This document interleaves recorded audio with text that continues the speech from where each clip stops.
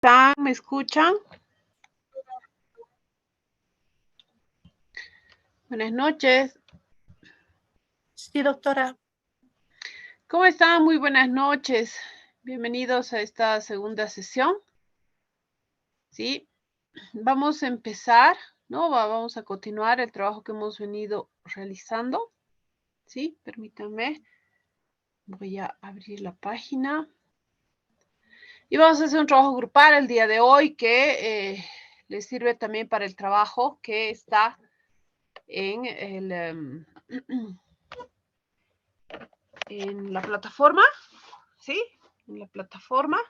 Y de ahí también va a salir la evaluación, de ahí también sale el foro, entonces tenemos el combo, ¿no? Siempre con una temática para poder trabajar. Me van a decir, por favor, si pueden visualizar, permítanme.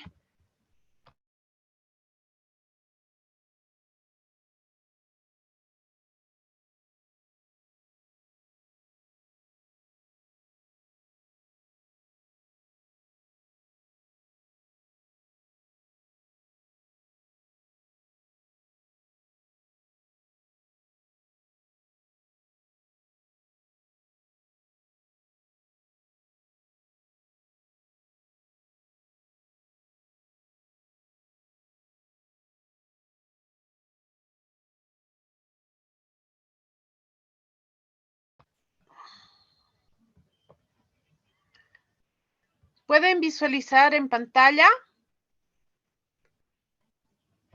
Sí, doctora, se ve. Ok, muy bien. Muy buenas noches, ¿cómo están? Hoy nos vamos a abocar a las enfermedades transmisibles, ¿no? Si bien el nivel en el que ustedes están haciendo el área de salud, obviamente, es un tema que en algún momento lo han debido llevar orientado a su área, ¿no? Ya sea odontología, fisioterapia, bioquímica, medicina, ¿no? Enfermería. Evidentemente han tocado el contexto. Ahora lo que nos toca es poder entender, ¿sí? Comprender esos elementos, ¿no? Que conllevan esa discusión, esos elementos globales que tenemos que ver en lo que hacen las enfermedades, ¿sí? Transmisibles, ¿no? Esas características, ¿sí? De cada una de ellas, poder entenderlas, comprenderlas, profundizarlas, utilizar el elemento de aplicación, ¿sí? El elemento para poder pensar, razonar, ¿sí? Y para poder trabajar en sí mismo, ¿no? Entonces, ese es el objetivo, ¿no? De esta profundización y del trabajo también que vamos a realizar, ¿sí? Del trabajo que vamos a realizar. Muy bien, entonces comencemos con esta primera parte, ¿sí? A ver, vamos a empezar a comprender, ¿no? La base teórica, los elementos teóricos, ¿sí? Para después ver otro tipo de elementos, ¿sí?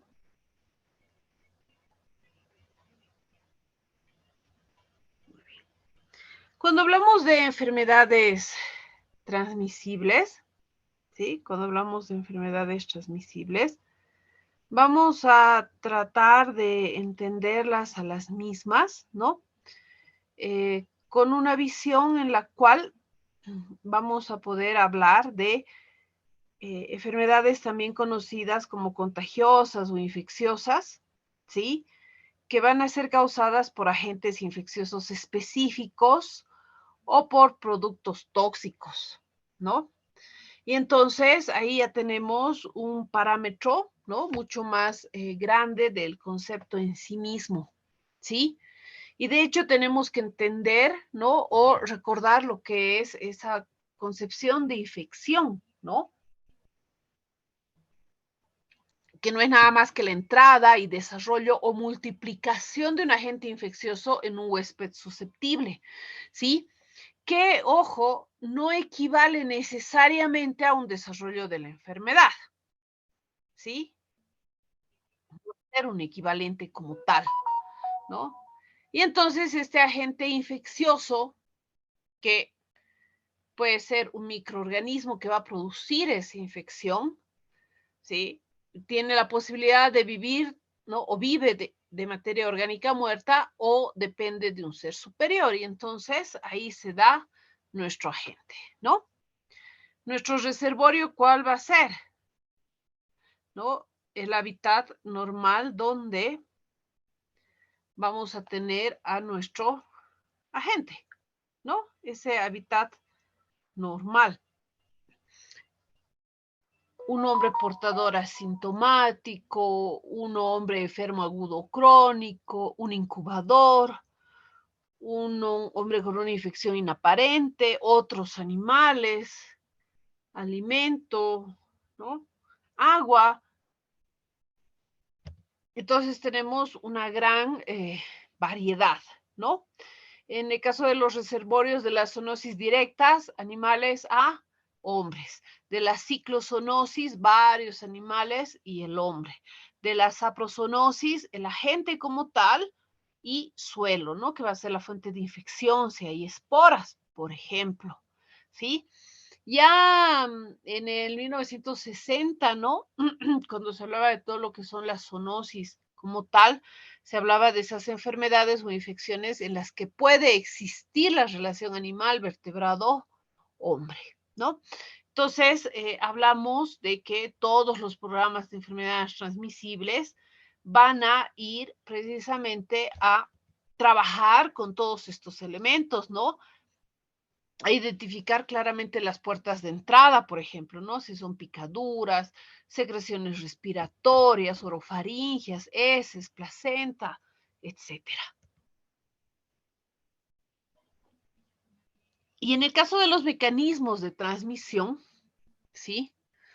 Que son aquellas estrategias que ese germen, ¿no? Va a utilizar para ponerse en contacto con el huésped, ¿no? Para generar una transmisión.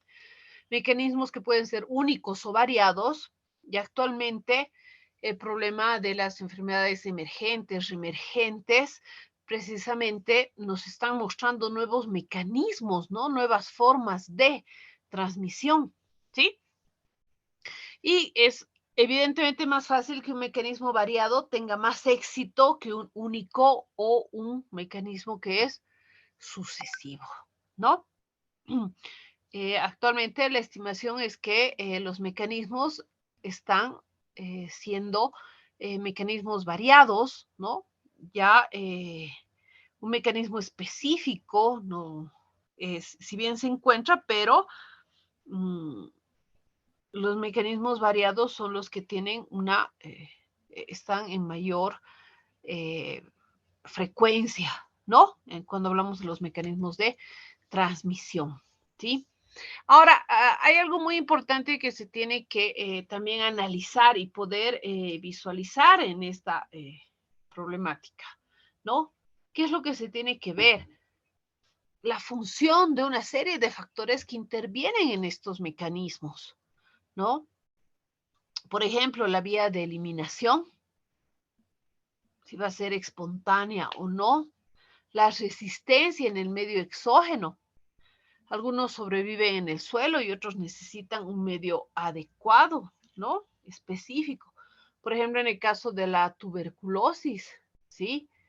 Esta bacteria que tiene miren, se estima un 3.3% de personas, por ejemplo, ¿no? En edades tempranas que tienen esta problemática, ¿sí? Y hay obviamente muchas y muchos factores, ¿no? Que van a intervenir en la tuberculosis en el caso del medio exógeno, ¿sí?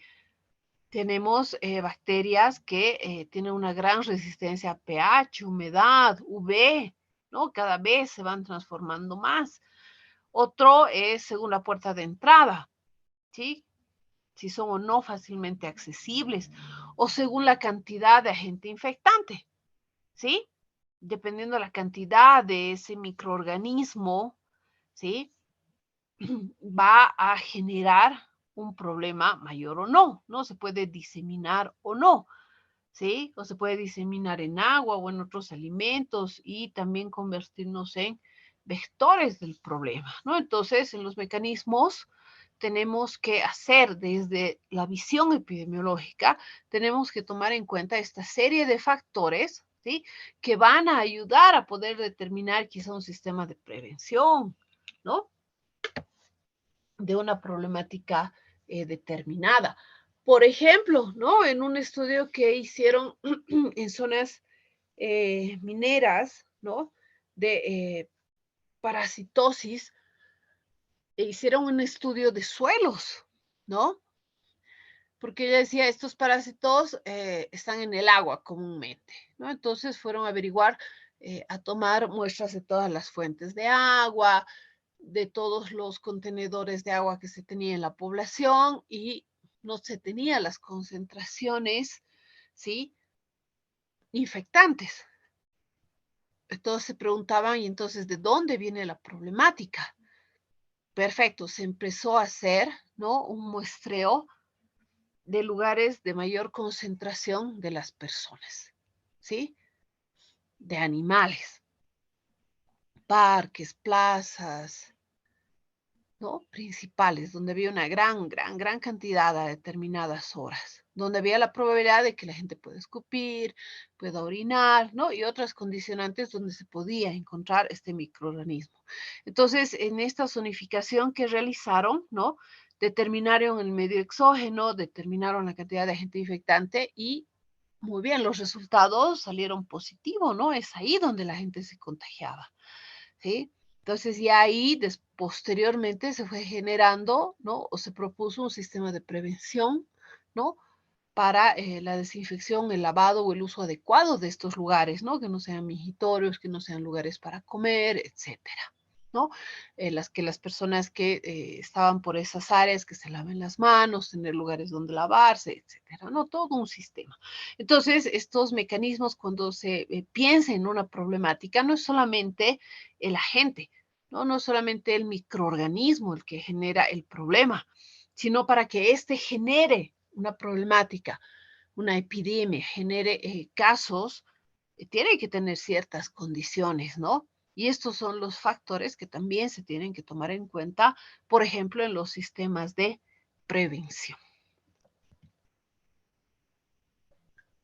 Sabemos que hay tipos de mecanismos, unos que son directos, otros que son indirectos, ¿sí? En el caso de la transmisión directa, los por contacto, ¿cuáles son?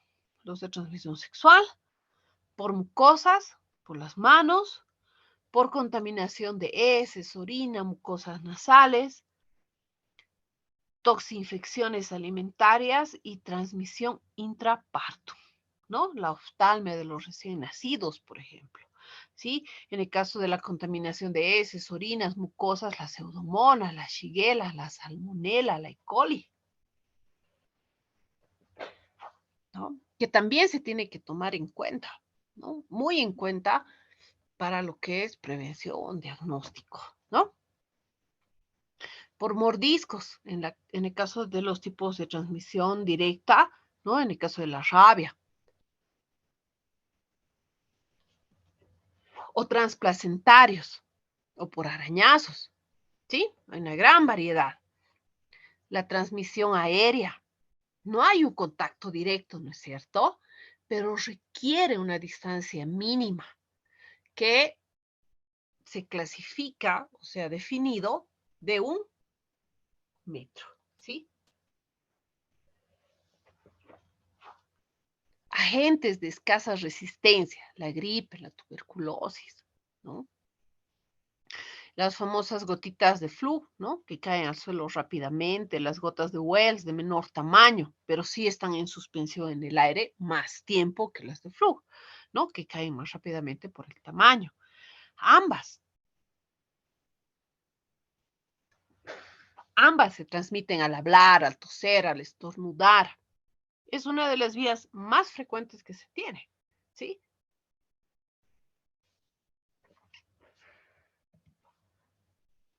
En el caso de la transmisión aérea, ¿sí? Estas gotitas de flu son de vías altas, son visibles y son de contaminación de corta distancia, ¿no? poca distancia. En cambio, las gotas de Wells son de vías bajas, no visibles, ¿sí? Grandes distancias porque están en suspensión, ¿sí? Y de una inhalación totalmente fácil, ¿sí? En este caso, es extraño encontrarlas como zoonosis, ¿no? Habitualmente vienen del hombre, ¿no? Habitualmente, este tipo de transmisión. Ahora, cuando tenemos que pensar en este tipo de transmisión, tenemos que tomar en cuenta ciertos factores, ¿no? ¿Qué factores tenemos que tomar en cuenta? Factores ambientales, evidentemente, ¿no? Humedad, temperatura, la susceptibilidad del huésped, la cantidad de agentes que existen en el aire, el hacinamiento, que se evalúa por un índice de hacinamiento, ¿no? Un índice específico. Y uno dice muy bien, mayormente cuando se habla de hacinamiento, uno piensa en las cárceles, ¿no? En poblaciones mineras, por ejemplo, ¿no? Donde los trabajadores duermen en galpones pequeños, etcétera. Pero si ustedes trabajan o han visto el Hospital General, claro que hay hacinamiento de pacientes. Para la atención dentro del hospital, hay lugares que tienen una gran cantidad de hacinamiento. Y entonces, el problema de la transmisión aérea es latente, ¿no? Por esa característica. Entonces, puede, ¿sí? No hay muchos estudios, pero este tipo de transmisión aérea en establecimientos de salud donde hay un gran hacinamiento, ¿sí? Puede ser uno de los causantes de enfermedades intrahospitalarias, por ejemplo, ¿sí? Doctora, buenas noches. Disculpe, ¿Cómo no está? sé, no avanzan las diapositivas. Uy, perdón, ¿en qué diapositiva están? En la ¿Ahora primera, lo pueden doctora. ver? ¿Ahora la pueden ver? ¿Transmisión aérea? Sí, doctora, en este momento sí. Ya, Es, ahora a ver, si yo paso, ¿ven la transmisión indirecta? no, doctora. No, ok, perfecto. Lo vamos a dejar ahí entonces, ¿sí? Sí, ahora sí. Para que puedan ver. Ok, ahí. Ok, transmisión indirecta. ¿Ya? Muchas gracias. En el caso de la transmisión indirecta, ¿sí? Hay una separación en tiempo y espacio que se tiene que evaluar también, ¿sí? Porque esta separación de tiempo y espacio es entre la fuente y el huésped y actúa a través de seres inanimados, ¿sí? Animales, artrópodos, ¿no? Seres animados o inanimados como alimento, agua, fomites, ¿sí? Y este tipo de transmisión indirecta está altamente relacionado con las condiciones higiénicas deficientes, ¿sí? Ahora, aquí hay una problemática, ¿sí? Que no tiene muchos estudios que todavía no se encuentra en una discusión como tal, pero sí está, ¿no? Eh, eh, contemplado dentro de una de las temáticas pendientes, por ejemplo, ¿no? Si bien esta transmisión indirecta se relaciona con las condiciones higiénicas deficientes, ¿sí?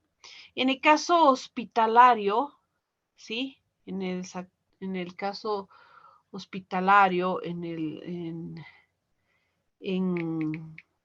sanidad, ¿sí?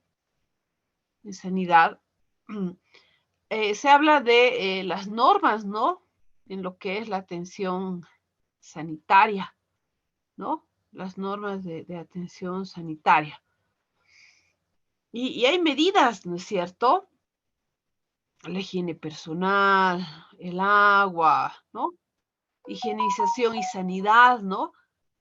Que la higiene sanitaria habla de esas medidas, ¿no? En centros sanitarios para prevenir precisamente infecciones, riesgos en pacientes, en profesionales, ¿no?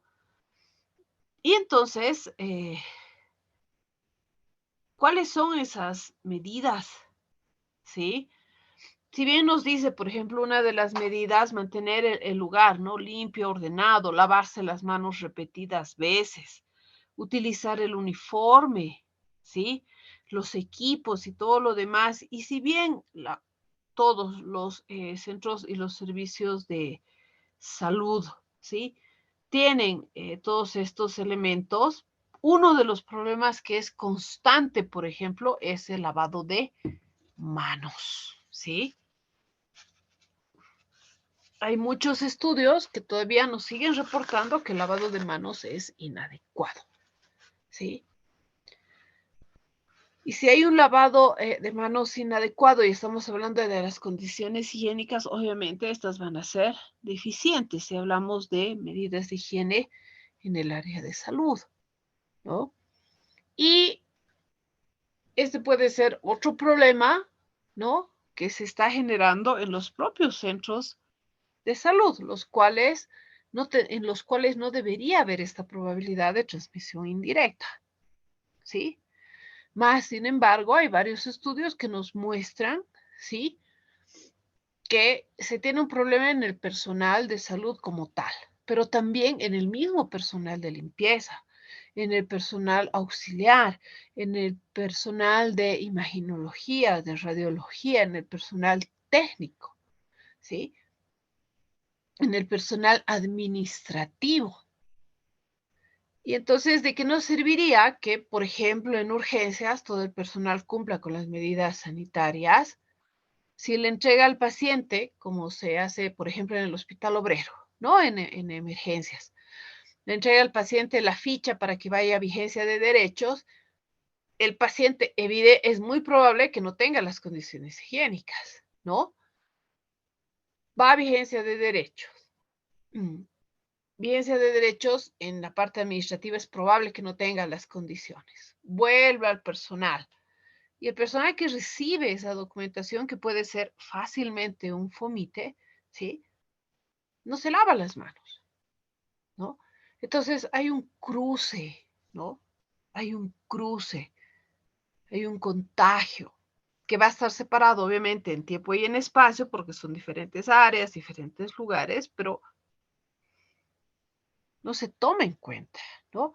El lavado de manos es una de las condicionantes que se debería tomar en cuenta cuando hablamos de la transmisión indirecta y que todavía se tiene problemas en el sector de salud. ¿Sí? Desde el suelo, el polvo, ¿sí? Es un tipo de transmisión aérea, ¿sí? Pero se caracteriza por un contacto de agentes de mayor resistencia, esporulados, ¿sí? Como el botulismo, el tétanos, ciertos parásitos, ¿sí? Que requieren pasar por el suelo para completar sus ciclos, como los ascáridos, ¿sí? Ciertos gérmenes, ¿no? Histoplasma, capsulatum, por ejemplo, que vive en el suelo, ¿no? Que se puede considerar incluso como su reservorio, ¿no? Entonces, los estudios, por ejemplo, por este tipo de contaminación desde el suelo y polvo son muy escasos, ¿no? Hay técnicas geográficas para poder tomar muestras, ¿no? Imagínense tomar muestras en la Plaza Murillo, ¿sí? En las diferentes plazas que tenemos.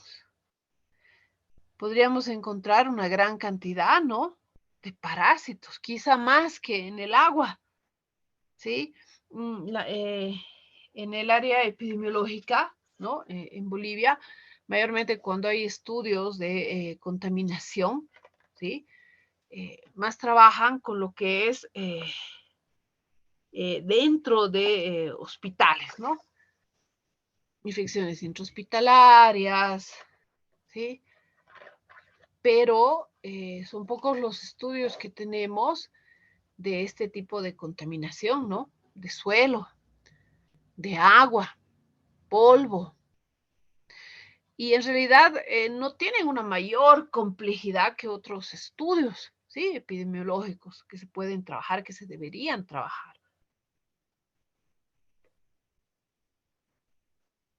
¿Sí? Entonces, habría que ir evaluando, ¿sí? ¿Cómo es la transmisión? Por ejemplo, cuando las gotas del aerosol se precipitan sobre el suelo, ¿sí?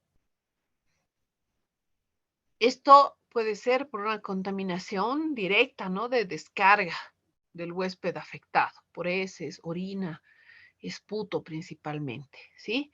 Persiste mucho más en el medio ambiente, ¿sí?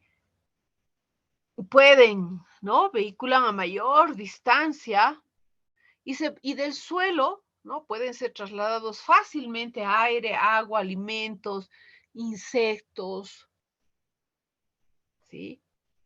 Entonces, el poder visualizar todo esta problemática es muy importante, ¿no? Por eso en algunas culturas, el sacarse, por ejemplo, los zapatos y dejarlos en la entrada principal, por ejemplo, de la casa y no contaminar con todo lo que venía arrastrando los zapatos dentro de la casa tiene cierta eficiencia, ¿no?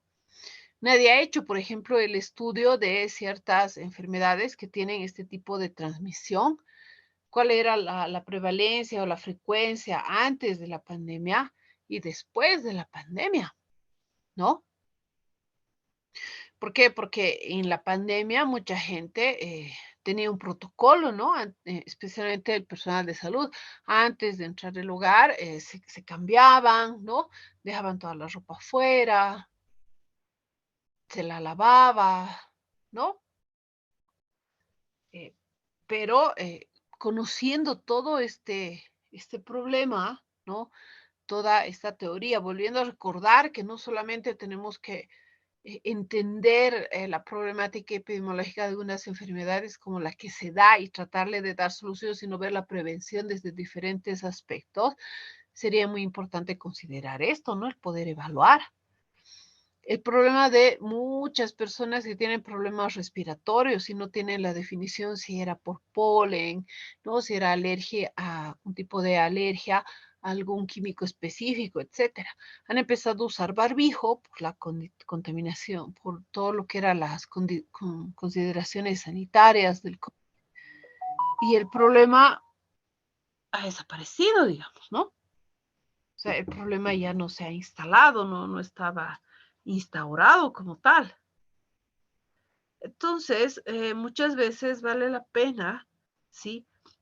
Ponerse a pensar, a repensar realmente dónde se podrían empezar a generar estudios para generar una adecuada prevención, ¿no? En lo que es epidemiología, ¿ya?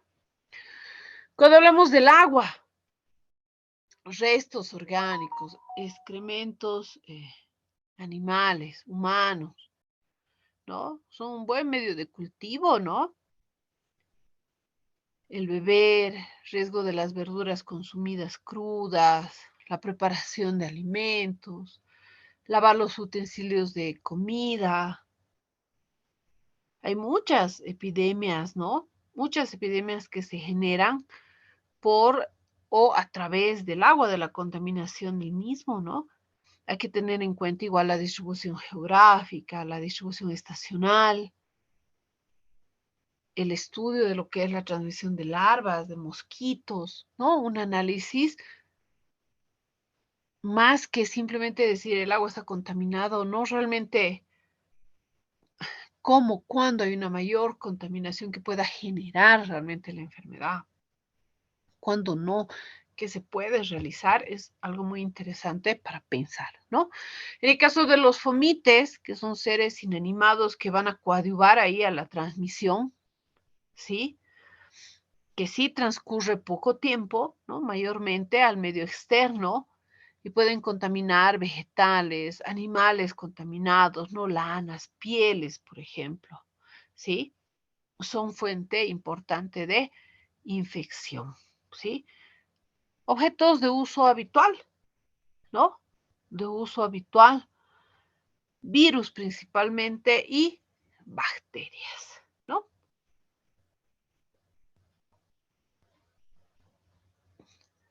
Ahora, sería importante también poder determinar, ¿no?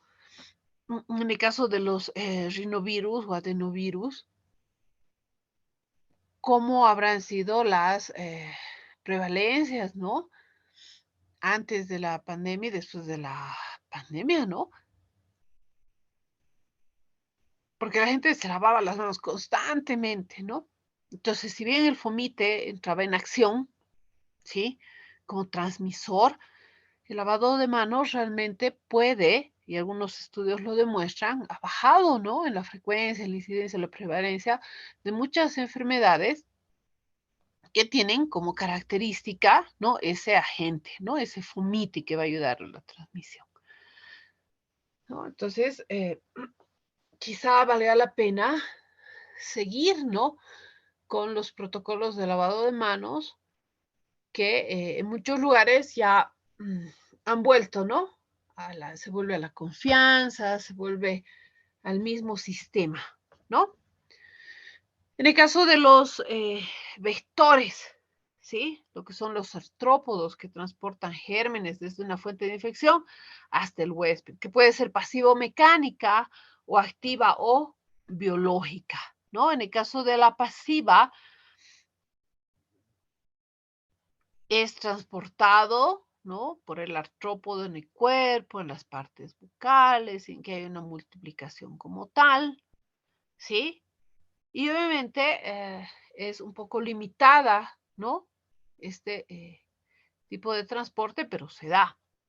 La que es la activa o la biológica, ¿sí? Es la característica del artrópodo hematófago, ¿no? Que ingiere microorganismo infectado por picadura, ¿no? Y puede sufrir en el artrópodo toda una multiplicación, sus fases de ciclo evolutivo, ¿no? O las dos cosas a la vez, y bueno, ¿no? Puede generar una infección activa o biológica, ¿sí? En el caso de los alimentos, ¿sí? La ruta es por alimentos contaminados, ¿sí? Carnes, pescado, que pueden ser de origen animal, ¿no? O se puede dar o se puede producir durante el sacrificio, ¿no? En la preparación de los alimentos como tal. El caso de la leche también es importante mencionarlo, ¿sí? Porque tuberculosis, brucelosis, salmonelosis, estafilococcus, ¿sí? Son los principales, ¿no? Enfermedades del mismo animal, ¿no? Si son zoonosis, o la contaminación al ordeñar, ¿no? O cuando se añade agua a la leche, ¿no?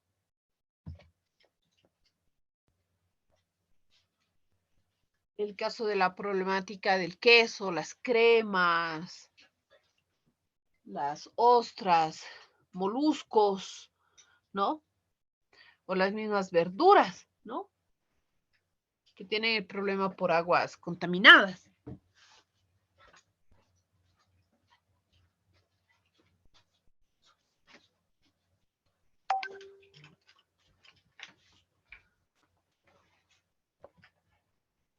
Hay varias puertas de entrada, ¿no?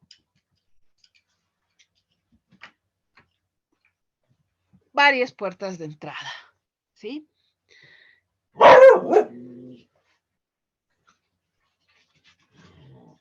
En el caso de las infecciones de un huésped, ¿sí? Es muy necesario que la gente responsable pase al huésped, ¿no? Por cualquier vía.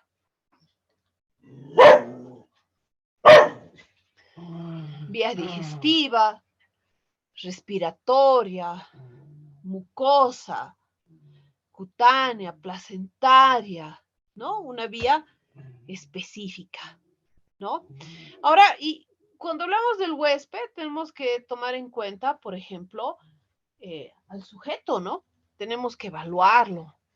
Si hablamos de un sujeto sano o susceptible, hay diferentes elementos que se tienen que tomar en cuenta para el contagio. La puerta de entrada, ¿sí?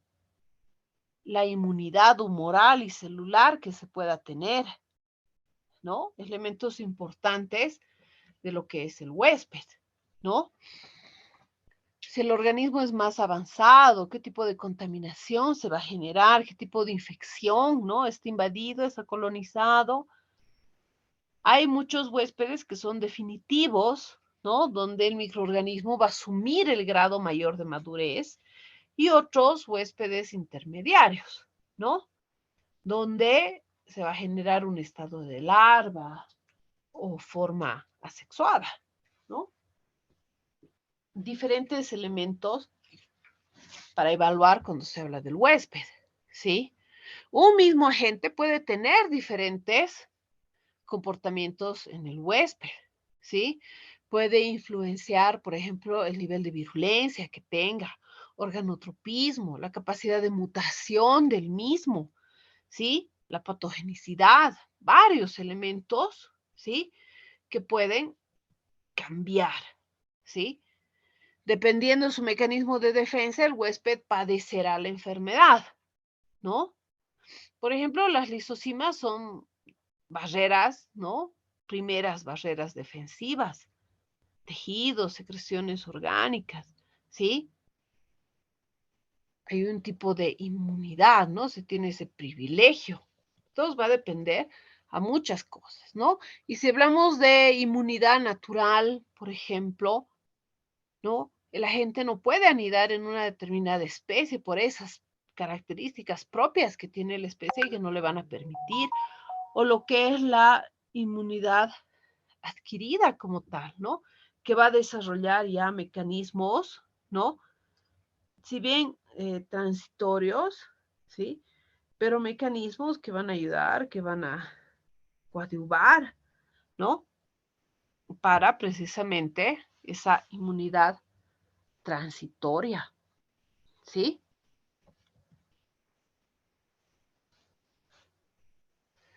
Y sea una inmunidad adquirida pasiva o una inmunidad adquirida activa, ¿no? Todos esos mecanismos van a ayudar pues al huésped, ¿no? Van a tener una determinación, ¿sí? Desde la que es adaptativa, innata o natural o artificial dentro de la adaptativa, se va a poder generar, ¿no? Muchos elementos que se tienen que considerar desde la parte, desde la consideración epidemiológica para poder, ¿no? Generar un análisis, ¿no?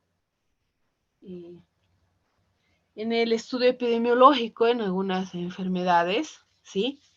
Se tienen investigaciones acerca de lo que es la inmunidad adaptativa natural pasiva, ¿no? Hay poblaciones que de hecho, ¿sí?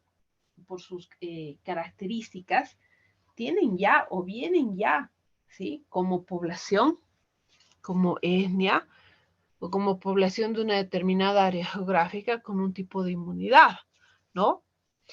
Y entonces es muy importante considerar también aquellos elementos que se tienen, ¿sí?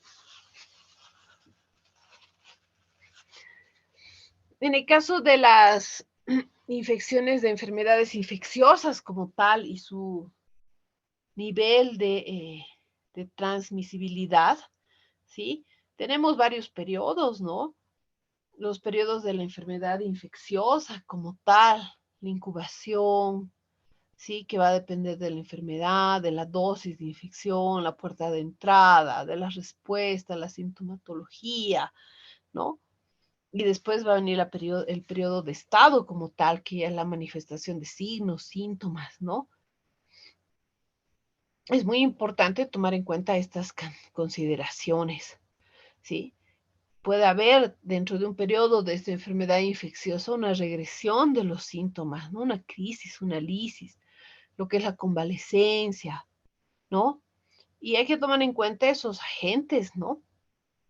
Ese foco como tal que puede estar comunicado con el exterior y que puede afectar a otros huéspedes, ¿no?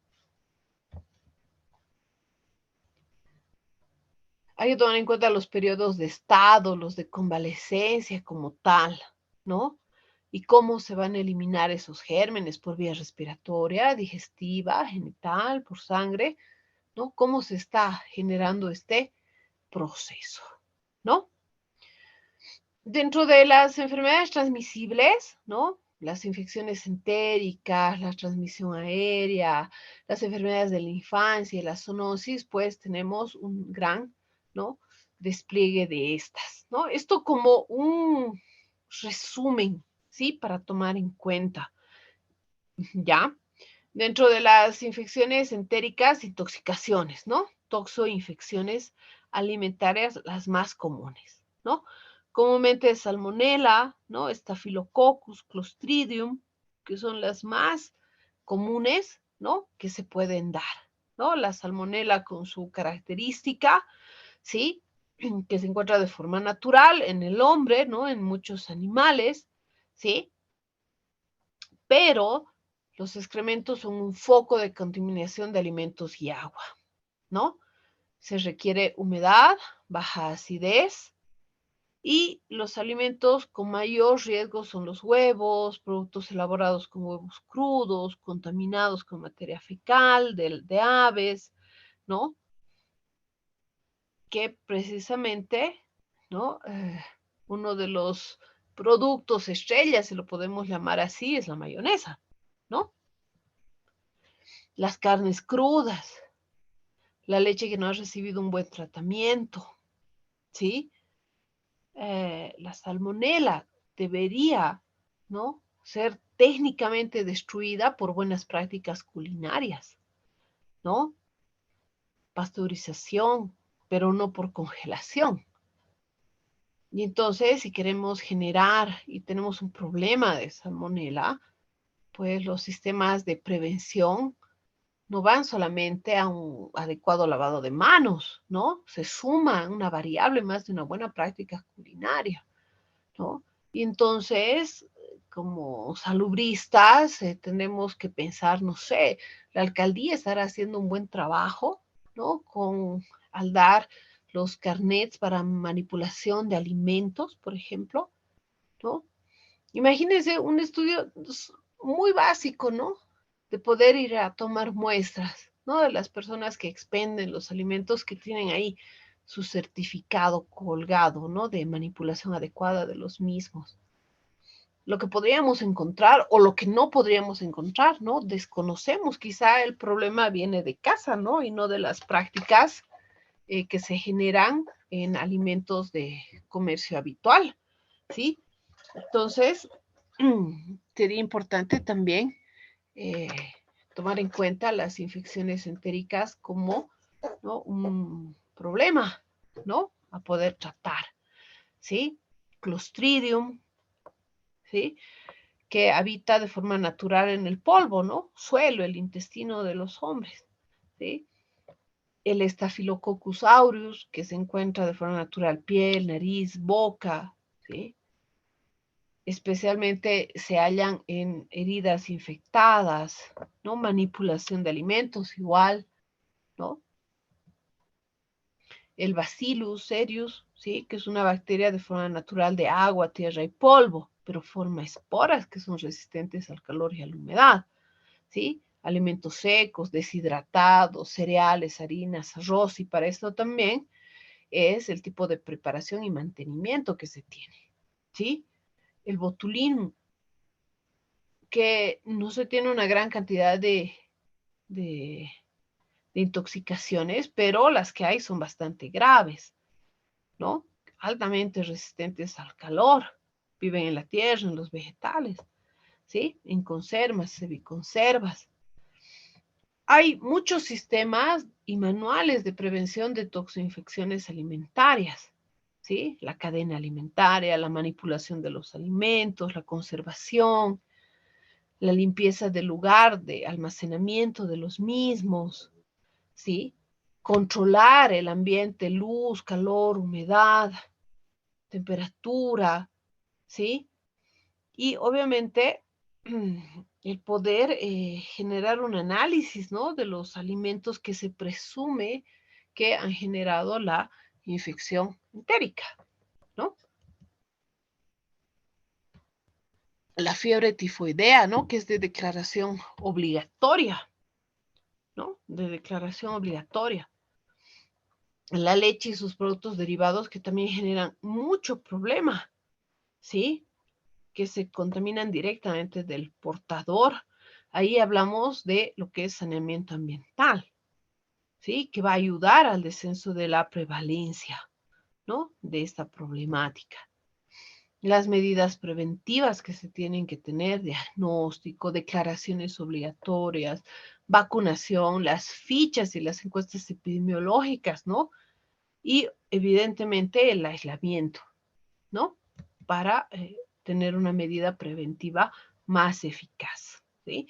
Tenemos muchas medidas preventivas, ¿no? Cloración, higienización, depuración, el control de los viveros de los peces, por ejemplo, ¿sí?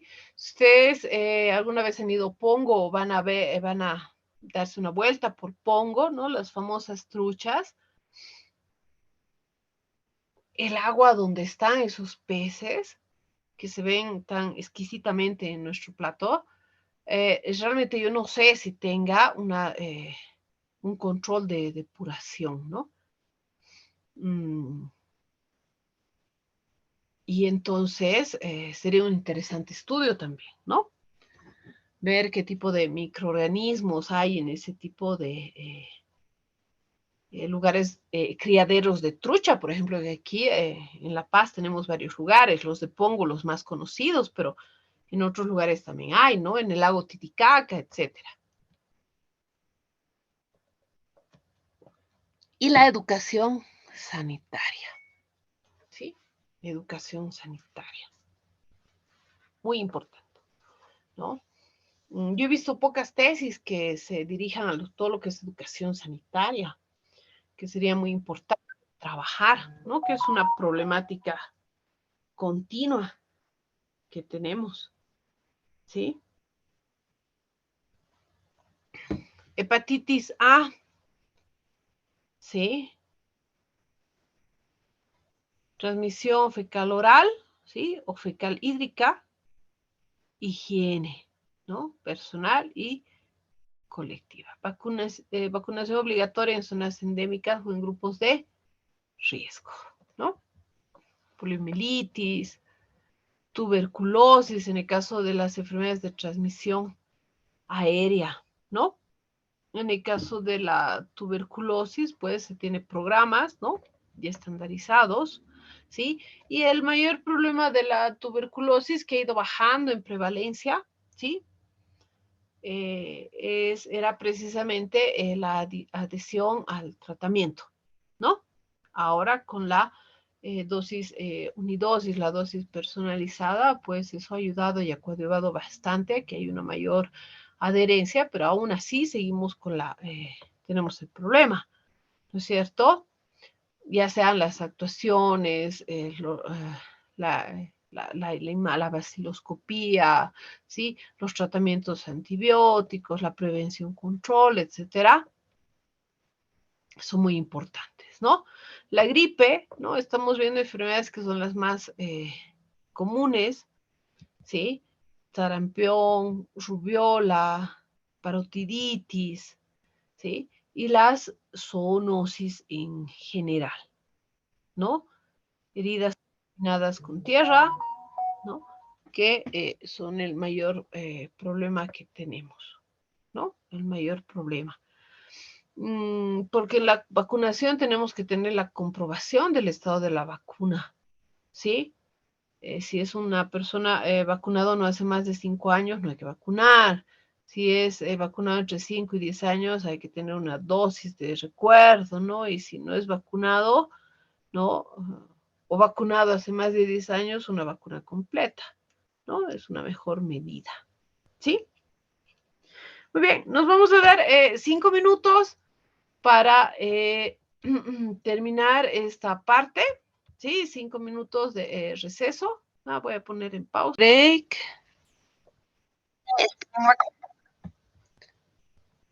Ok.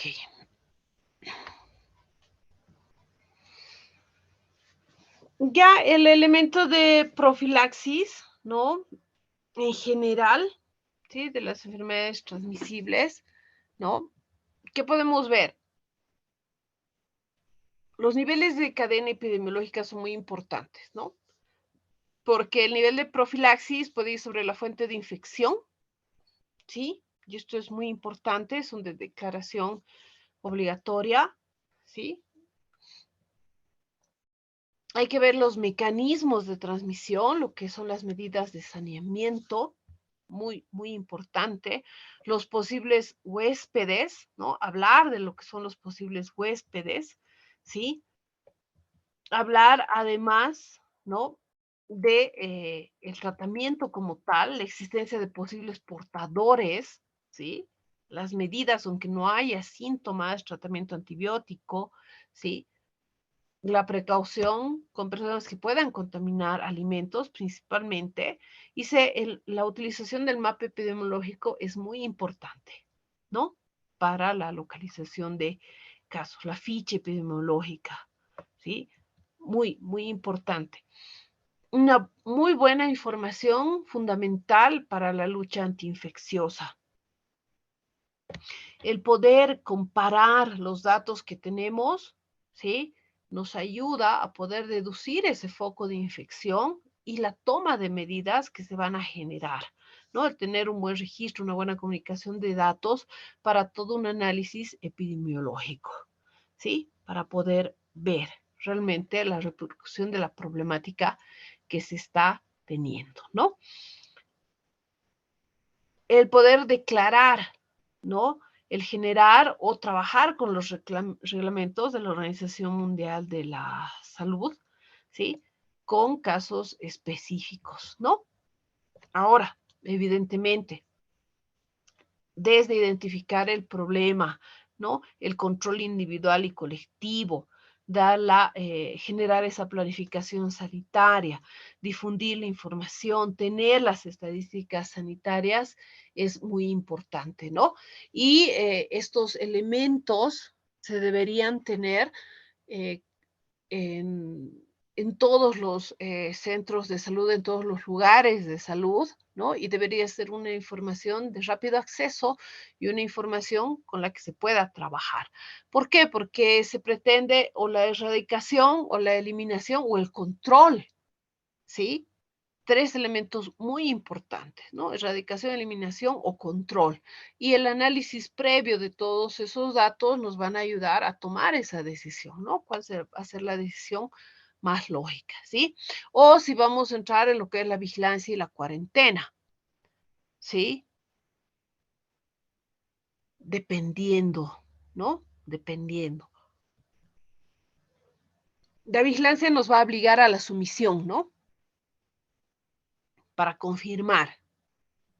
En cambio, la cuarentena modificada, una restricción parcial o colectiva de la movilidad de personas y animales de un riesgo infeccioso grave, ¿sí? Entonces, hay que tomar decisiones en función de los datos que tenemos, ¿sí? Se pueden realizar acciones, ¿sí?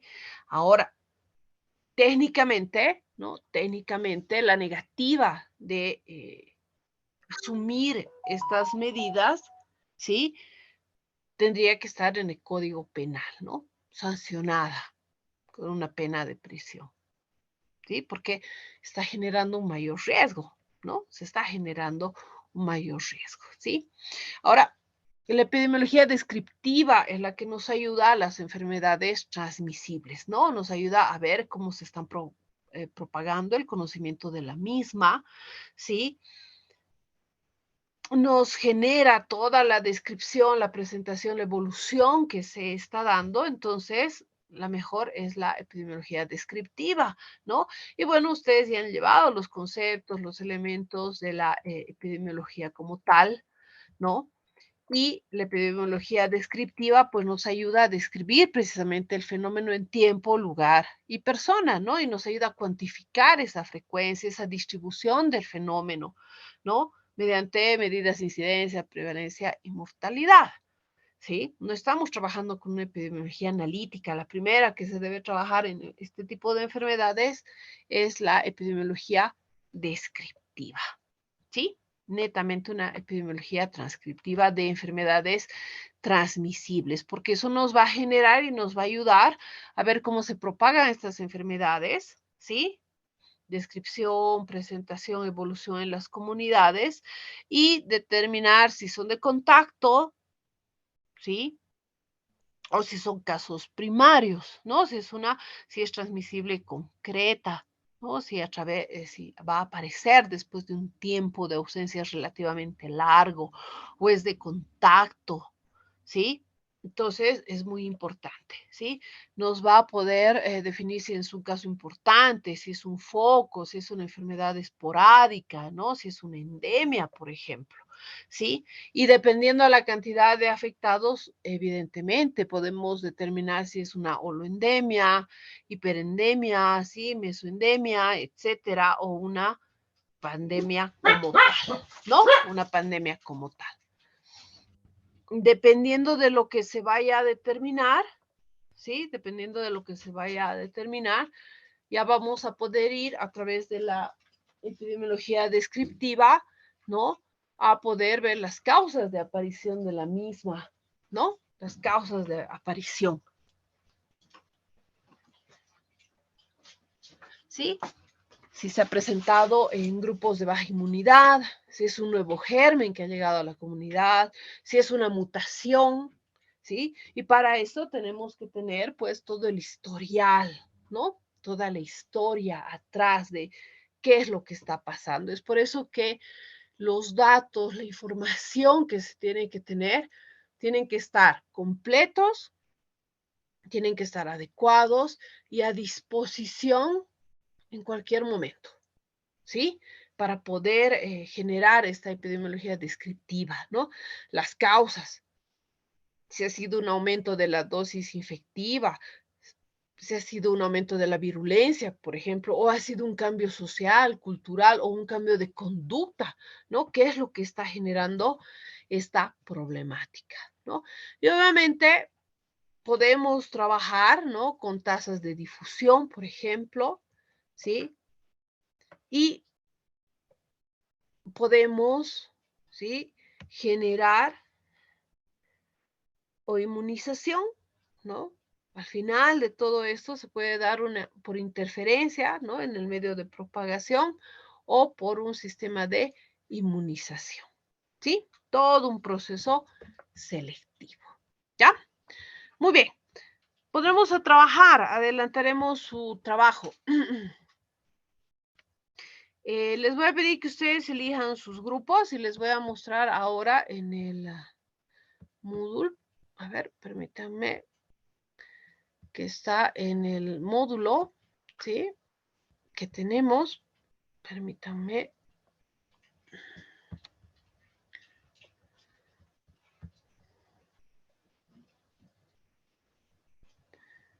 Aquí está, ¿sí? En nuestro módulo, ¿sí? En la unidad 2, ¿sí? En la unidad 2. Tenemos las tareas, ¿sí? La tarea 2, que precisamente dice trabajo en aula en grupos pequeños, ¿sí? Como siempre, las personas que no han podido asistir pueden realizarlo de manera individual, ¿no? Y tenemos un texto de enfermedades transmisibles, las recomendaciones para el manejo de los contactos epidemiológicos, ¿no? Que es esta, que es de cielo, ¿sí? Esta de acá, ¿sí? Esta de acá.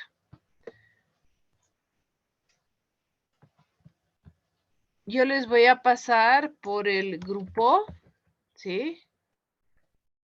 Para que no tengan ningún problema, ¿no? Ahí está el artículo con el que vamos a trabajar, ya les he pasado. ¿sí? Y bueno, pues este artículo, ¿sí? Es un artículo, son 12 páginas, es extenso. No vamos a trabajar todas, ¿no? No vamos a trabajar todas las páginas. ¿Cuál es la orden del trabajo? ¿Sí? Dice, de este texto, del que les acabo de pasar al grupo de WhatsApp, ¿sí? Les acabo de pasar el enlace. Vamos a elegir una enfermedad, ¿sí? Por ejemplo, ¿no? Alguien elige eritema o hepatitis A, ¿no? Otro grupo puede elegir mononucleosis infecciosa, ¿sí? Cada grupo va a elegir una sola enfermedad, ¿sí? Una sola, ¿no? Entonces va a dar lectura, por ejemplo, si le interesa la mononucleosis infecciosa, las definiciones básicas, ¿no? Y cuáles son las recomendaciones, ¿no? ¿Cuáles son las recomendaciones que dan? En base a esa pequeña lectura que hagamos, ¿sí? La lectura que hagamos de esa enfermedad específica, ¿sí? Vamos a hacer una evaluación de la problemática en nuestro país y qué elementos requerimos, ¿sí? Como epidemiólogos, qué elementos requeriría para su manejo y su aplicación, ¿sí? ¿Será que nosotros tenemos, cuáles serán nuestros porcentajes de mononucleosis, ¿no? Infecciosa. Realmente podremos manejar con nuestros sistemas, con epidemiólogos, qué necesitaríamos, ¿no? Hemos hablado de varios elementos y factores que se requieren para poder asumir una problemática, ¿no? Entonces, lo que yo quiero es que todo lo que hemos visto ahora, ¿no? Lo pongamos en práctica de forma resumida, con un cuadro, una diapositiva en PowerPoint, en un Word, ¿no? Pero que puedan discutir, analizar, a ver qué pasa, ¿no? Si tenemos esa problemática, esa enfermedad, realmente, como dice la tarea, ¿no? Y les voy a dar ahí la orden de trabajo, dice, hagamos la evaluación de esa problemática en nuestro país, ¿no? Y los elementos que requerimos para su manejo y su aplicación, ¿no? Realmente lleguemos a una evaluación, ¿no? Ahí les estoy pasando la orden más, ¿no? Y entonces va a ser importante hacer ese análisis, ¿no? No sé si me han logrado comprender, entender. Ese es el trabajo que tienen que subir, ¿sí? A plataforma, pero lo vamos a discutir. Nos vamos a dar un tiempo, ¿sí? De 40 minutos, ¿sí? 40 minutos. Yo tengo 8:30, 9 y 10. Estaríamos conectándonos para que ustedes trabajen en sus grupos individuales, ¿sí? En sus grupos individuales. ¿Hay alguna pregunta acerca del trabajo que tienen que hacer? ¿Que es el mismo que van a hacer a tarea?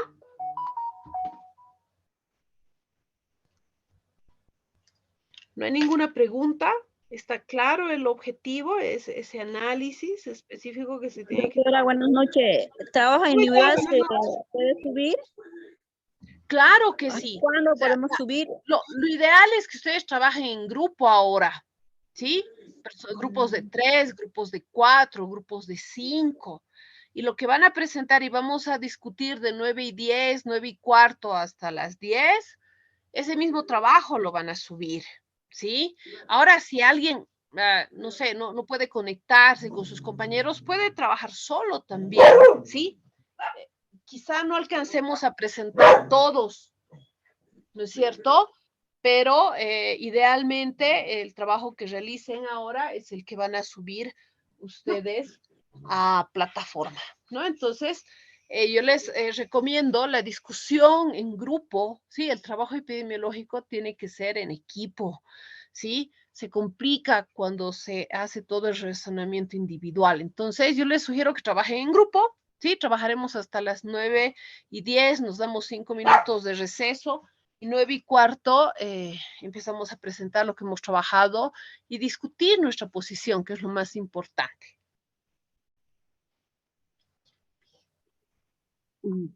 Doctora, hay que presentarlo en PowerPoint, decía, puede ser una o dos Sí, diapositivas. pueden presentar una diapositiva, ¿no? Con los nombres de las personas que han trabajado y todos, cada uno individualmente va a subir a plataforma, ¿sí? Pueden presentar en un Word, ¿no? O, no sé, poner el dibujo y alguien que explique, ¿sí? Ustedes como grupo elijan, ¿no? Cómo presentarlo. Ya, o sea, podemos presentarlo en PowerPoint para exponer y luego lo podemos subir en Word o en Perfecto. PDF para ya la Exacto. tarea, ¿no? Para subirlo. Sí, no hay ningún problema. Listo, Muy bien, doctora, gracias. entonces 9:10 nos vemos, ¿sí? Y 4:15 comenzamos, ¿sí? Vamos trabajando.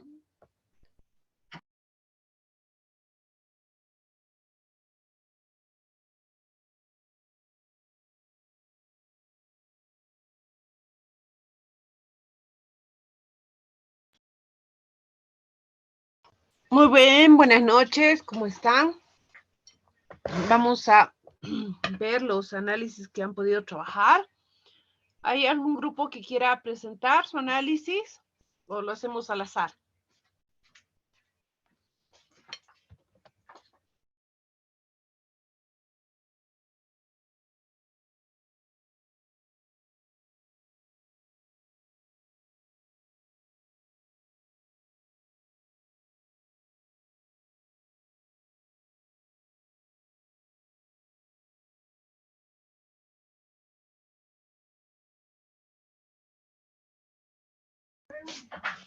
Muy bien, lo vamos a hacer al azar. A ver, Drusem, buenas noches, ¿se encuentra? Buenas noches. ¿Cómo está? Muy buenas noches. Por favor, ¿qué me puede decir? ¿Puede empezar? Decirme con quiénes ha trabajado, por favor. Muy buenas noches a todos los colegas. He trabajado con mi grupo, el doctor César Hugo Suxo Escobar, el doctor Johnny Santos Rojas, la doctora Joana Catacora. El manejo epidemiológico del coqueluche en Bolivia. Este tema lo hemos elegido porque está de moda, ¿no? Al menos aquí en el Alto. La tos ferina, como normalmente se le llama a este tipo de tos, es lo que ahora más de moda está. Todos los pacientes casi vienen con este tipo de tos, que es refractaria a la amoxicilina, refractaria a la penicilina. Entonces, este tipo de tos se caracteriza por ser una tos quintosa cianosante, es decir, que el niño tose hasta querer quedarse morado y luego hace un quejido al inhalar con fuerza, ¿no? Un suspiro. Eso normalmente en niños. En adultos se presenta solo como una tos irritativa, que el paciente tose y no logra sacar. Dice, tengo alguna sensación de una flema y no puedo botar. Entonces, este tipo de tos está causada por la Bordetella pertussis, que tiene un tiempo de incubación entre 7 días a 2 semanas. Y no es de fácil resolución, pese al tratamiento, puede durar hasta 2 meses. Puede sentirse mal, con episodios de tos, ahogarse, el quejido inspiratorio después de toser, puede haber incluso ruptura de vasos sanguíneos. Cuando miramos la orofaringe encontramos algunas petequias que están causadas por el esfuerzo de la tos. Estas petequias pueden aparecer en otras partes del cuerpo también. Es una tos muy compulsiva, muy fuerte. Bien, esta infección causada por la Bordetella pertussis ha ingresado al país y bueno, se han instaurado algunos protocolos. Sin embargo, los protocolos que se han instalado no están funcionando tanto porque con esto del COVID nos hemos vuelto un poco empíricos. Es decir, que vemos un caso de sospecha y ya le iniciamos su macrólido, ¿no? Porque los macrólidos sí dan buen resultado, la citromicina y la claritromicina. Entonces el paciente refiere que tose hasta querer quedarse sin aire y ya le iniciamos. Su claritromicina es un poco más efectiva que la citromicina, dice la teoría, aunque es preferible a veces darle menos pastillas porque así cumple mejor el paciente. Y la citromicina son solo 5 pastillas. Sin embargo, habíamos visto en el grupo, visto que las recomendaciones necesarias es necesario instaurar un protocolo. Este protocolo sería una vacunación oportuna. Parece que en los centros de salud a veces se afloja un poquito eso, se descuida, y viene desde los padres de familia que no tienen tiempo, priorizan más el trabajo, y los niños vienen, revisamos su cartón y todo está en desorden, no han hecho sus vacunas oportunamente. Entonces esto habría que concientizar, habría que hacer que los pacientes vayan y los mismos centros de salud tengan siempre la vacuna en su momento oportuno. 2, medidas higiénicas generales, como lavado de manos, distancia social, cosas que hemos aprendido ya con el COVID y son generales. 3, diagnóstico precoz. Este diagnóstico precoz se utiliza, hay prueba PCR, hay cultivo, en fin, hay otras pruebas más. Lo que se instauró en nuestro medio son pruebas PCR. Sin embargo, son costosas para los laboratorios y no ponen mucha cantidad de pruebas, ¿no? Por eso en la práctica, el diagnóstico clínico nomás ya es el que se está utilizando. O sea, una sospecha clínica por el tipo de tos y ya le iniciamos su tratamiento. Pero sería necesario instaurar en los laboratorios para tener confirmación, porque es fácil confundir entre coqueluche y una tos causada por Staphylococcus aureus, que es muy similar, aunque con síntomas menos marcados. Igual es resistente a la amoxicilina y bueno, para el efecto darle acitromicina o claritromicina también resuelve el problema, por eso clínicamente se resuelve fácilmente sin llegar a una confirmación. Sin embargo, para datos epidemiológicos y para saber cómo actuar y dónde estamos fallando, sería necesario el diagnóstico. Como medida cuarta, tenemos el rastrillaje casa por casa en focos identificados. Es decir, si hay un niño que ha presentado coqueluche, habría que hacer un bloqueo, como dicen, ¿no? El personal de enfermería. Casa por casa van a todo alrededor, a todos los niños que están en contacto en el colegio también les hacen pruebas, les buscan síntomas. Y a los que encuentran con algún síntoma o algo, les inician un tratamiento profiláctico. Ese sería el punto 6. Tratamiento profiláctico a quienes han estado expuestos. Y tratamiento empírico sin necesidad de confirmación laboratorial, porque un laboratorio, un cultivo tarda a veces una semana, y es una semana de sufrimiento para el paciente. No estoy diciendo que no debe hacerse, tiene que hacerse para que podamos identificar si es o no es coqueluche. Pero paralelo a eso ya habría que iniciar un tratamiento empírico con algún macrólido. Uso preferente de macrólido sería el punto 7, claritromicina, eritromicina, acitromicina, que son los más efectivos. También la teoría nos dice que el cotrimoxazol es efectivo con esta patología, sin embargo, hay que tener siempre ciertos cuidados. Ha sido demasiado utilizado ese medicamento y ha generado muchas resistencias. Como punto 7, o como punto 8, dotación de pruebas rápidas y pruebas PCR a todos los laboratorios, lo que se hizo con el COVID, ¿no? Todos tenemos las pruebas, así que en cualquier momento, ante cualquier sospecha, le hacemos y confirmamos de esa manera y los reportamos para que nuestra ficha epidemiológica pueda ingresar al sistema nacional.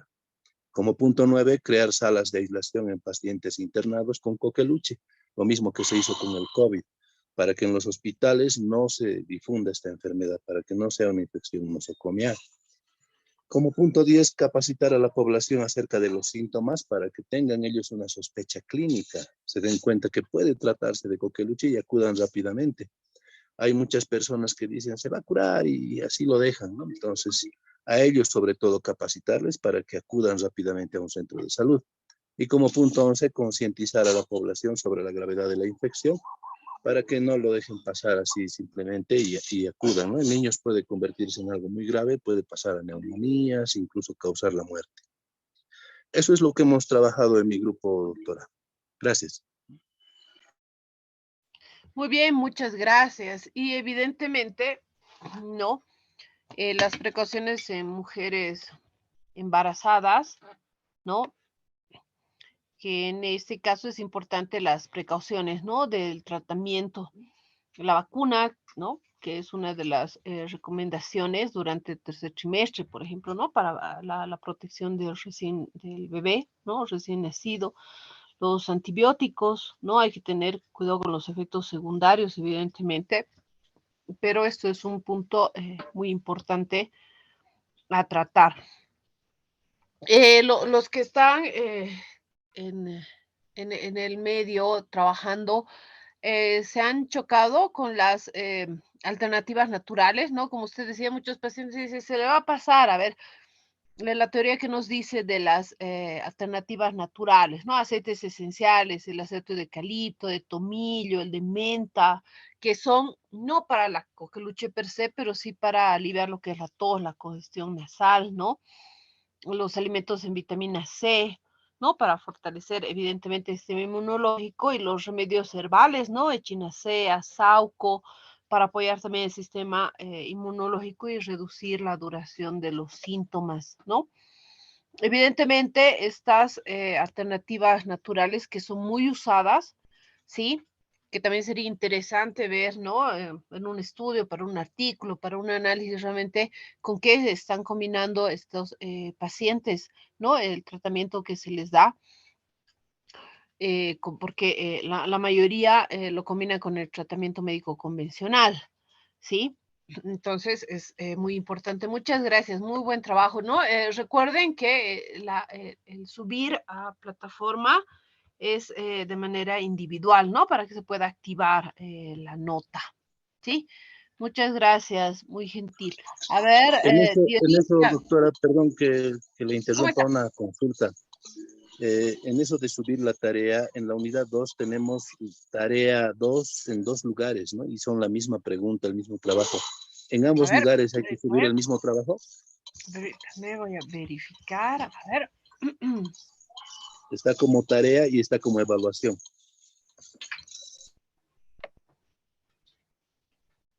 A ver, permítame.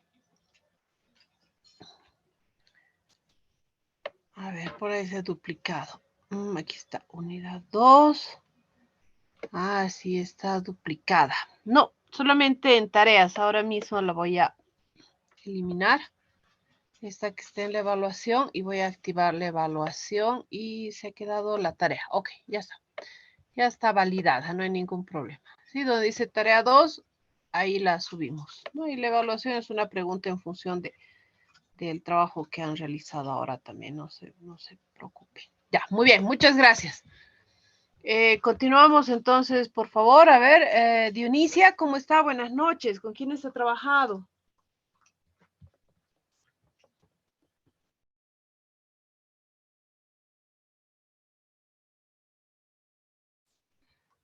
Dionisia, buenas noches. O Victoria, buenas noches. Maya, buenas noches.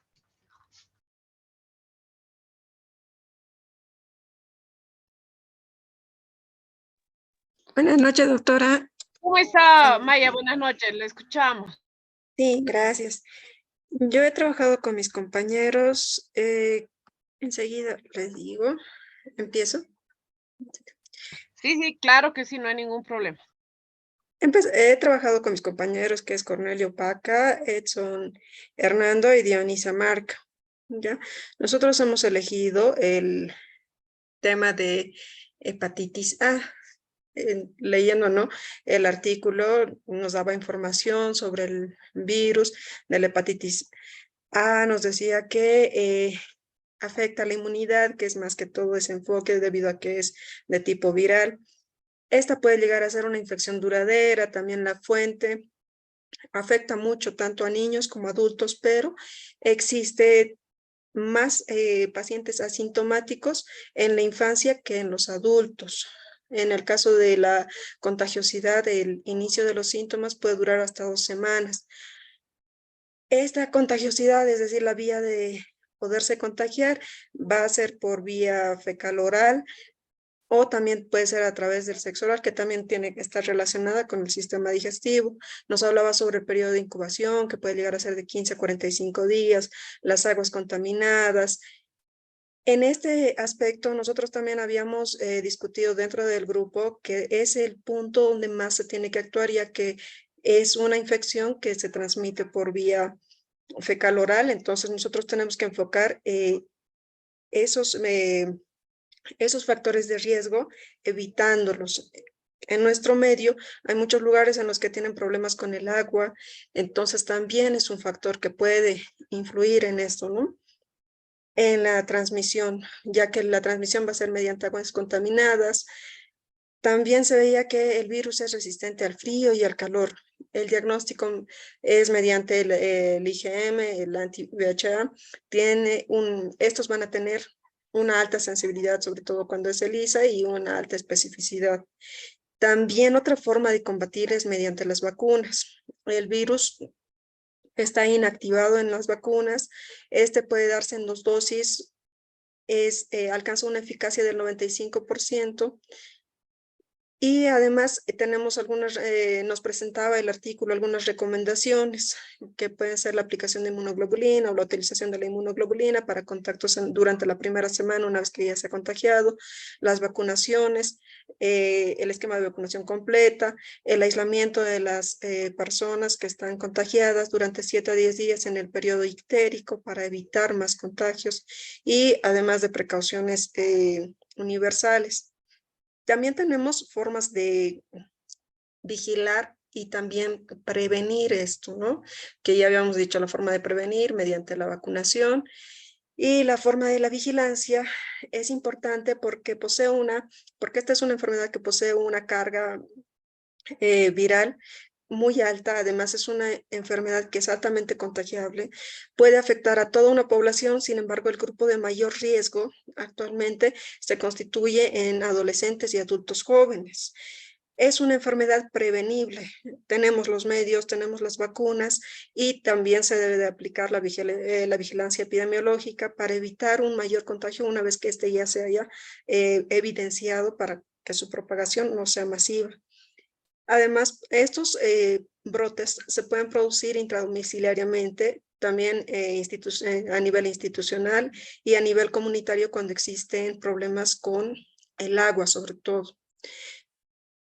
Había uno de los compañeros que hizo énfasis, ¿no?, en la hepatitis A en Bolivia.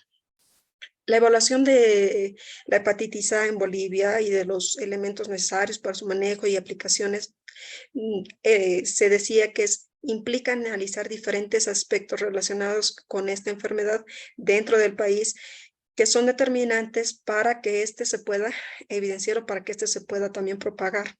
Dentro de estos, un punto de los más importantes que habíamos tocado también era la prevalencia de la hepatitis, que es importante conocer cuál es la incidencia, la prevalencia de la hepatitis A en Bolivia y en lugares específicos donde existen problemas con el agua sobre todo. Identificar adecuadamente los factores de riesgo. Una vez que nosotros identificamos los factores de riesgo, nos van a poder dar una visión y un mayor pronóstico a futuro para saber qué acciones debemos de tomar para evitar ese contagio en diferentes grupos poblacionales y que este no alcance una población mayor a la que se puede evitar. El diagnóstico y la detección temprana también es uno de los pilares fundamentales para que si se produce algún tipo de epidemia, esta no se propague masivamente. Otro de los pilares es la prevención y la educación, tratamiento y el manejo adecuado.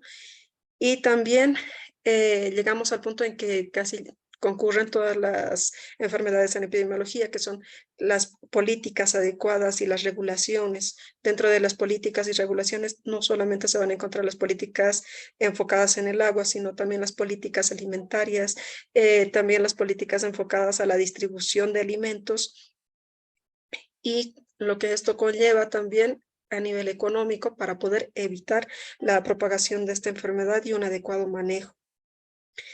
Hasta ese punto nosotros hemos trabajado, doctor.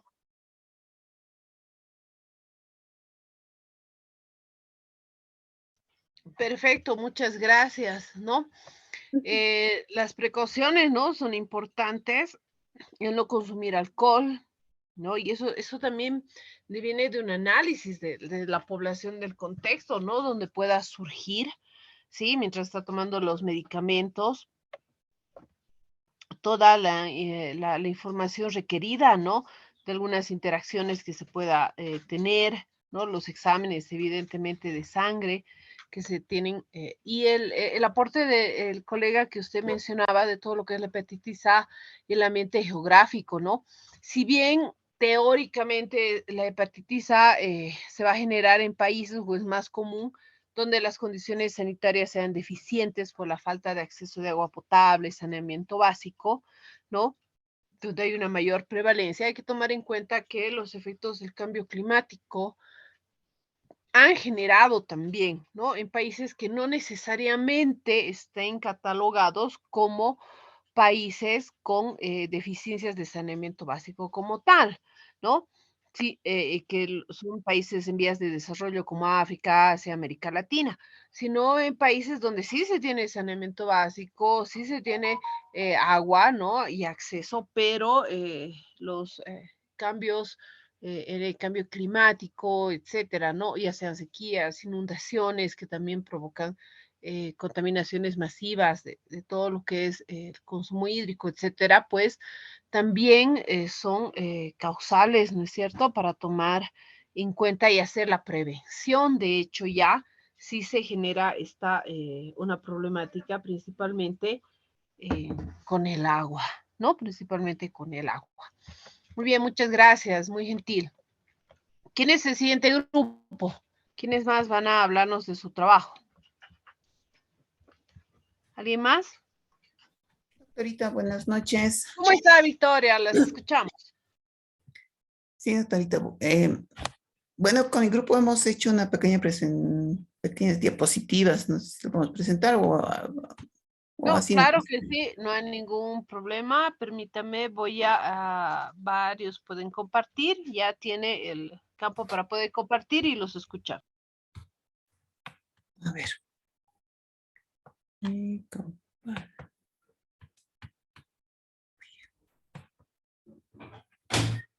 Compartir.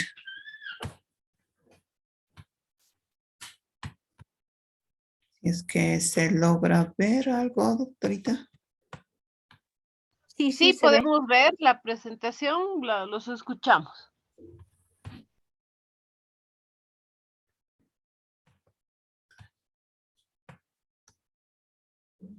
Muy bien, doctorita. ¿Dónde estamos? Un ratito. Ahora sí. Mi grupo hemos escogido el tema de hepatitis A. Y como ven en la imagen, tal vez está compuesto por 3 integrantes: la doctora Vilma Yugra, el doctor Percy Tunque y mi persona Victoria Chami. Está cambiando la diapositiva, ¿verdad, doctorita? Sí, podemos ver, estamos en la Allá. definición. En cuestión de lo que es la elección de la hepatitis, hemos visto, hemos planteado lo que es un poquito de la definición, ya hemos partido en ello, y nos decimos que es una enfermedad que ataca directamente al hígado y está causada por esto del virus de la hepatitis A, ¿ya? Y el riesgo de contagio que se encuentra más alto es en medios contaminados, en ambientes hacinados, ¿ya? Y un periodo de incubación de este virus es de 15 a 45 días. Ya en el artículo nos menciona que hay un alto contagio, un alto riesgo de contagio de las personas en un medio que esté completamente hacinado, que en un mismo ambiente que vivan con varias personas y que se comparta bastante en lo que es el comedor, el baño, ya, y también con la contaminación del agua, ya especialmente con las aguas contaminadas con excretas humanas, ya. Y que hay una parte del artículo que nos menciona y que nos ha llamado la atención y que nos dice que la cloración del agua, de los alimentos, no es tan eficaz, no inactiva tanto, ¿no? Uno, y que el virus tiene una sobrevivencia exclusivamente en el frío, inclusive que puede llegar a -20, a menos 70 grados centígrados, que puede estar en un ambiente ya congelado, ya, y puede tener una vida hasta inclusive de 6 meses, ¿no? Y que también el virus, aparte de de que puede sobrevivir en el frío, también puede tener una alta resistencia a la temperatura, especialmente en los puntos de ebullición, que puede ser hasta inclusive de los 60 grados, ¿no? Hasta puede sobrevivir hasta los 10 minutos, inclusive de la ebullición del agua. Entonces, en ese caso, sí, es más recomendable que el agua sea hervido por más de 10 minutos, por lo menos, ¿no? Ahora, acá, ya, los grupos de riesgo que están más propensos a poder adquirir lo que es la hepatitis A están entre los niños y los adultos que viven con altos índices de hepatitis, ¿no? En los niños especialmente, como estábamos viendo, podría ser también en las unidades educativas en las que están con bastante hacinamiento, en los cursos inclusive, ¿no? Hay veces alojan hasta 30, hasta 40 niños inclusive en un mismo ambiente, en una misma aula. Entonces pueden contagiarse con la hepatitis. Los síntomas que también se pueden observar dentro de lo que es de la hepatitis, mayormente se ve lo que es la fiebre, la ictericia, ¿no? De la piel, malestar general, náuseas, inapetencias, orinas oscuras, ya, dolor de estómago, ¿no? Y como les estaba diciendo, una coloración amarillenta de la piel y especialmente de las escleras de los ojos, de la parte blanquecina de los ojos. ¿No? Como signos de alarma o de reconocimiento para poder reconocer lo que es la hepatitis A.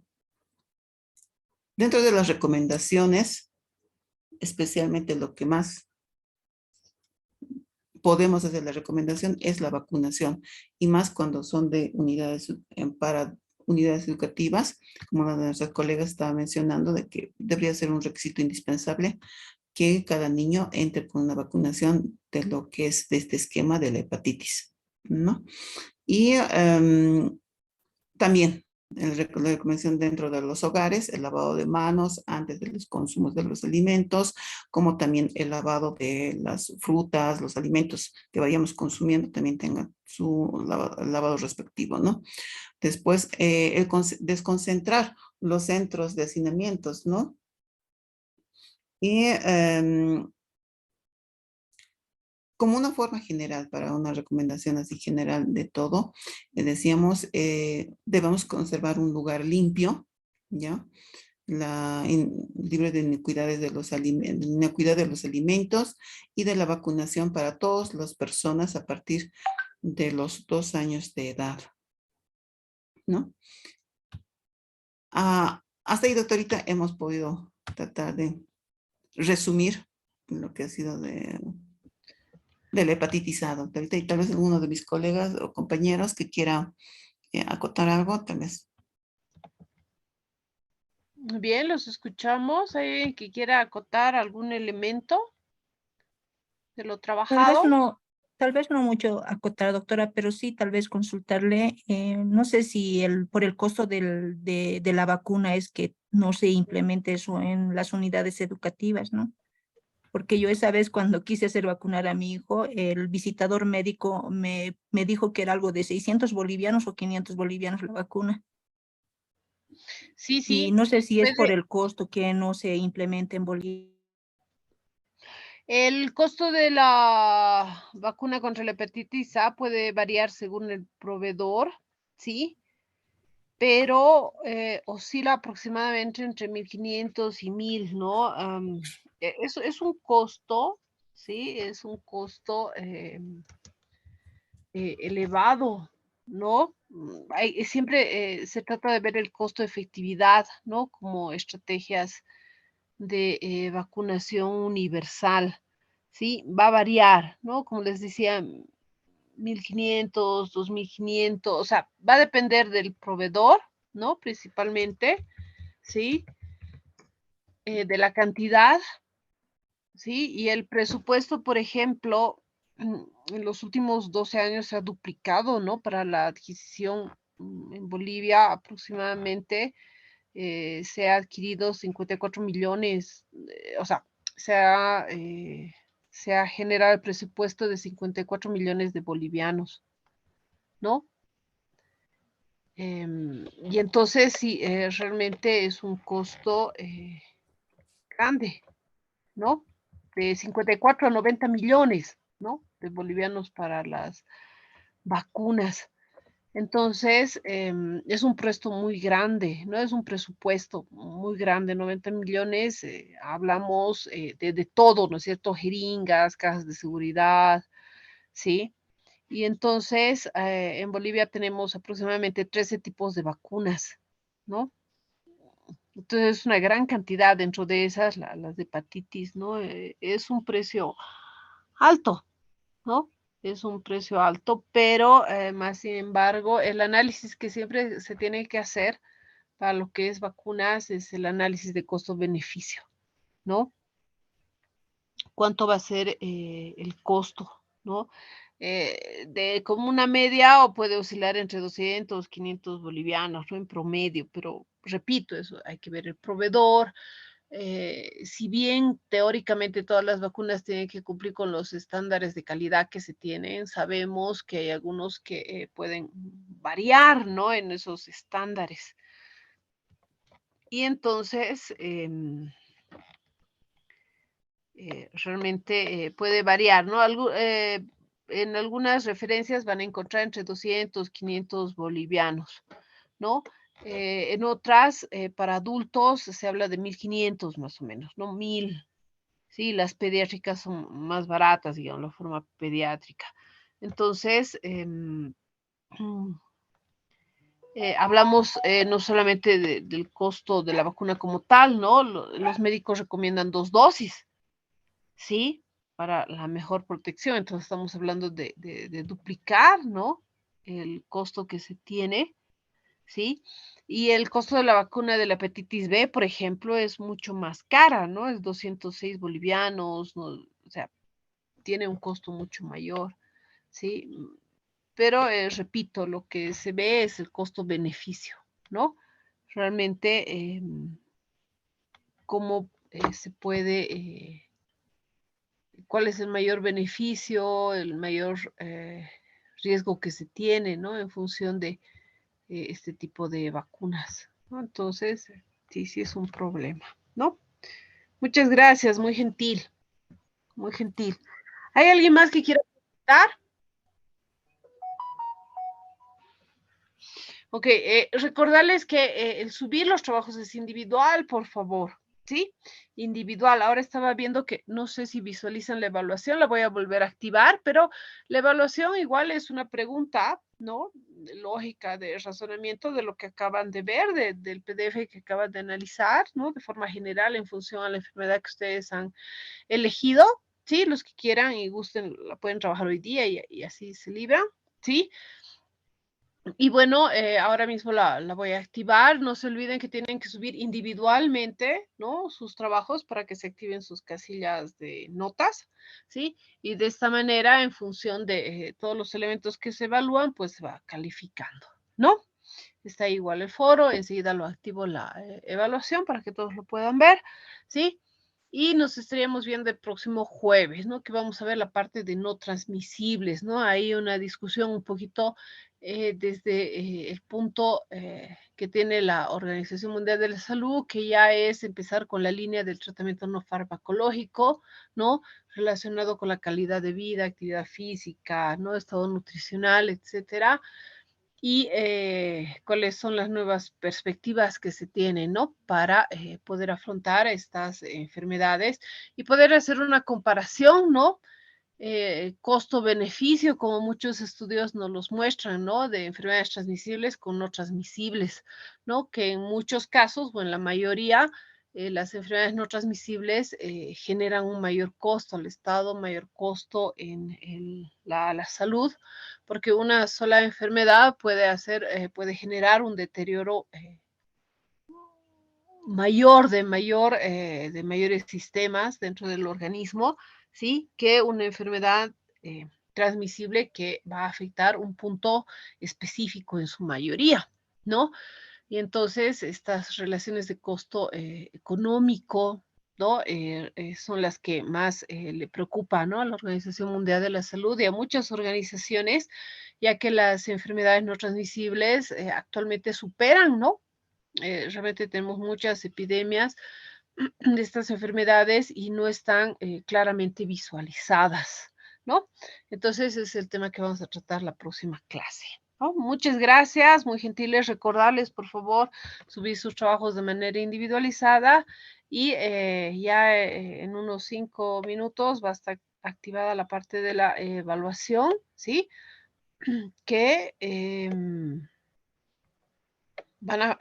también es en función de la misma temática que han venido tratando ustedes, ¿sí? Entonces, es una continuidad, ¿no? Siempre prefiero que se tenga la continuidad de elementos para que puedan trabajar, porque el objetivo es que profundicen una temática, ¿no? Y puedan verla desde diferentes dimensiones, ¿sí? Está bien, nos vemos entonces la próxima clase, ¿sí? Y nos estaríamos viendo, que les vaya muy bien. Nos vemos el próximo jueves.